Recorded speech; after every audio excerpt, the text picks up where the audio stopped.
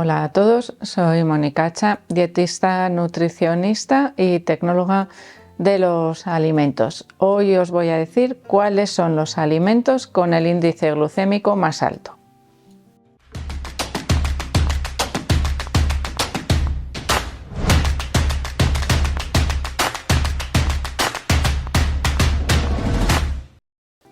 Cuando hablamos del índice glucémico de los alimentos, esto igual os suena sobre todo, pues a aquellas personas que estáis preocupados, ¿no?, por mantener la glucemia en vuestra sangre, personas que igual tenéis prediabetes o diabetes, pero que nos sirve a todos para trabajar en la prevención. ¿Por qué? Porque el índice glucémico de los alimentos es una clasificación que se ha hecho de los diferentes alimentos en función de cómo afectan a los niveles de insulina después de ingerirlos. Es una tabla que debemos utilizar o que deberíamos conocer, no hace falta que la conozcamos al dedillo, pero sí tener un poquito así la idea de qué tipo de alimentos pueden estar en la parte más alta, en la roja, en ese índice glucémico alto, o en la parte más baja, en ese índice glucémico bajo. El índice glucémico de los alimentos se valora entre 0 y 100 y tendríamos de 0 a 50 aproximadamente los alimentos de índice glucémico bajo, y a partir de 70 en adelante tendríamos los de índice glucémico alto, y en el medio la zona gris. Esos alimentos que, dependiendo de cómo los consumamos, pueden afectar más o menos a nuestra regulación de la insulina, a ese pico de insulina que aparece cuando consumimos los alimentos. ¿Y por qué digo dependiendo de cómo los consumamos? Porque esto también afecta a los de índice glucémico bajo y de índice glucémico alto, porque hay algunos otros factores que influyen también en esa respuesta a la insulina, no solo propiamente el índice glucémico del alimento. ¿Por qué? Porque para esta tabla se valora el alimento consumido solo. Es decir, si yo me voy a tomar ahora entre horas, por ejemplo, una zanahoria, sé cuál es su índice glucémico, es decir, cómo afecta a mi respuesta de la insulina. Pero si yo esa zanahoria me la tomo en una ensalada, el índice glucémico de esa zanahoria cambia totalmente, porque se ve influido por la lechuga, por el aceite, por el vinagre, por el tomate y por otros alimentos, y ahí es donde se empieza a hablar de carga glucémica, que iría englobada una receta o una preparación, ¿no? Sumamos los índices glucémicos, restamos la fibra que contienen, hacemos la valoración con la grasa, es decir, también existen tablas de carga glucémica, pero es un concepto un poco más complicado de manejar, aunque también es conveniente que lo conozcamos. Pero vamos a ir analizando esos valores de índice glucémico. Los valores más bajos de índice glucémico, evidentemente, serían aquellos alimentos que no contienen carbohidratos. ¿Por qué? Porque no afectan a la insulina. Aquellos alimentos que tienen un contenido bajo en carbohidratos o alto en almidones tampoco afectan directamente a la insulina. Y aquí hay un ejemplo que suele ser muy gráfico: la zanahoria, que ya os la he citado anteriormente un poquito así a propósito. Si yo tomo zanahoria cruda, incluso si me la tomo ahora en ayunas y valoro mi respuesta a la insulina, es bajita. Esa activación es muy bajita. La zanahoria cruda tiene un índice glucémico de 30, es decir, bajo. Pero si yo tomo esa zanahoria cocida, tiene un índice glucémico alto, de alrededor de 80, 75, 80, es decir, en esa categoría que se suele pintar con un color rojo, porque afecta o altera bastante la regulación de la insulina. Por lo tanto, un mismo alimento, dependiendo de cómo se cocine o de si no se cocina, puede tener índices glucémicos totalmente diferentes. Y esto es algo importante a tener en cuenta en las tablas, porque en algunas ocasiones hay alimentos que aparecen con un índice glucémico bajo en crudo y alto en cocinado, pero es que son alimentos que no se consumen en crudo. Ejemplos de esto que os acabo de decir: que nos puede llevar a error al valorar las tablas de índice glucémico. El arroz o el maíz, por ejemplo, que no se consumen en crudo, aparecen en esas tablas con índices glucémicos bajos y sin embargo cuando aparece la palabra cocido detrás aparecen en los índices glucémicos altos. Y ahí es donde puede aparecer el error, porque son alimentos que nunca los vamos a consumir en crudo. Creo que no hay nadie que se coma el arroz crudo. ¿Qué ocurre? Que si yo con ese arroz crudo preparo, por ejemplo, una bebida vegetal en casa, bueno, pues tendría un índice glucémico más bajo que si la preparo con un arroz cocido. ¿Qué pasa? Que la leche o la bebida vegetal de arroz casera, porque no le añado más endulzantes, tiene elaborada a partir de arroz crudo, es un poco indigesta y al final siempre la tengo que hervir y al final llego a lo mismo, a que es el equivalente a ese arroz cocinado. Y aquí otra anécdota: la bebida vegetal, por ejemplo, de arroz es una de las bebidas vegetales que tiene un mayor índice glucémico independientemente de la cantidad de edulcorantes o endulzantes que se hayan utilizado en su elaboración. Si ponemos varias bebidas vegetales, la de arroz va a tener siempre un índice glucémico alto, especialmente relacionada con las demás. Pero vamos a ir un poco por grupos de alimentos. Carnes, pescados y huevos, índice glucémico 0, por supuesto.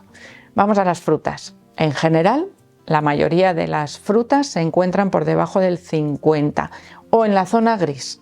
Vamos a decir un 60, 65 de índice glucémico, excepto las frutas deshidratadas, que no las solemos considerar frutas, pero que lo son. Lo único que son frutas que tienen concentradas esos carbohidratos porque se les ha extraído, se ha quitado el agua. Por lo tanto, los dátiles se llevarían ahí el top del índice glucémico en el caso de las frutas. Y aquí me gustan estas cosas que os cuento, pues que nos sirvan para recapacitar, ¿no? Postres sin azúcar, súper saludable y con 25 dátiles en la receta. Pues el índice glucémico de esa receta desde luego es altísimo por la cantidad de dátiles y el índice glucémico de los dátiles que se están utilizando. Por lo tanto, el mismo aumento del pico de la insulina, casi que como en el caso del azúcar. Es verdad que contiene un poco de fibra, que lo puede reducir, pero parecido. En el caso de los cereales cocidos, cocinados, en los cuales ese almidón se ha transformado en azúcares libres, ¿qué ocurre? Pues que tienen un índice glucémico alto, prácticamente todos. ¿Podríamos moderar el índice glucémico de los cereales? Sí. ¿Cómo? Consumiéndolos con alimentos bajos en índice glucémico, por ejemplo con verduras. Un arroz con verduras y aceite o una grasa utilizada para cocinar va a reducir su índice glucémico. Bueno, miento, no reduce su índice glucémico, sino su carga glucémica de esa paella o de ese arroz que hayamos preparado, por ejemplo, con unos trozos de pollo, con una gran cantidad de verduras y utilizando también el aceite para el salteado. Reducimos la carga glucémica. ¿Qué ocurre? Que esto no funciona igual para todas las personas y hay personas más sensibles a las cuales por mucho que reduzcamos esa carga glucémica, el arroz les sigue haciendo aumentar bastante sus niveles de insulina o su glucemia después de comer. El tipo de preparación de los diferentes alimentos también puede alterar o modificar ese índice glucémico. Por ejemplo, los alimentos horneados tienen un índice glucémico superior a cuando están cocidos. De ahí que, por ejemplo, en el caso de la patata cocida, por ejemplo con piel, tenga un índice glucémico más bajo, medio en ese caso, y sin embargo la patata horneada tiene un índice glucémico más alto. El 100% del índice glucémico, es decir, el alimento con el cual se valoran el resto, se suele considerar el pan blanco. Es decir, el pan blanco podríamos decir que es el alimento con un índice glucémico superior. Después tendríamos el arroz, especialmente el arroz precocido, y tendríamos también las patatas al horno y las frutas deshidratadas. Y pensaréis, va, pero esos alimentos no son habituales en la dieta. Bueno, depende. Los cereales, como por ejemplo la pasta cocida, tendría un índice glucémico muy alto también. El arroz y el pan forman parte de la base de la dieta de muchísimas personas. Y como os acabo de decir, son los alimentos con un índice glucémico más alto. Y por lo tanto, deberíamos controlarlos o vigilarlos, especialmente en el caso de las personas que tienen alteraciones en la glucemia, prediabetes o diabetes, y por supuesto moderar su consumo para modificar esa carga glucémica en las personas que no tienen problemas de glucemia. Y aquí entraría otro factor clave también, que sería el ejercicio físico, la actividad física. Si yo ingiero un alimento con un índice glucémico alto y me tumbo en el sofá, evidentemente esa insulina se va a disparar porque tiene que pum, pum, pum, limpiar mi sangre de tanta cantidad de glucosa que está llegando de golpe. Si yo después de comer me doy un paseíto, mi actividad física va a hacer que las células quieran utilizar con más facilidad esa glucosa que llega de golpe. Por lo tanto, es una muy buena estrategia también para moderar esa activación que ocurre en la regulación de la insulina cuando consumimos alimentos con un índice glucémico alto.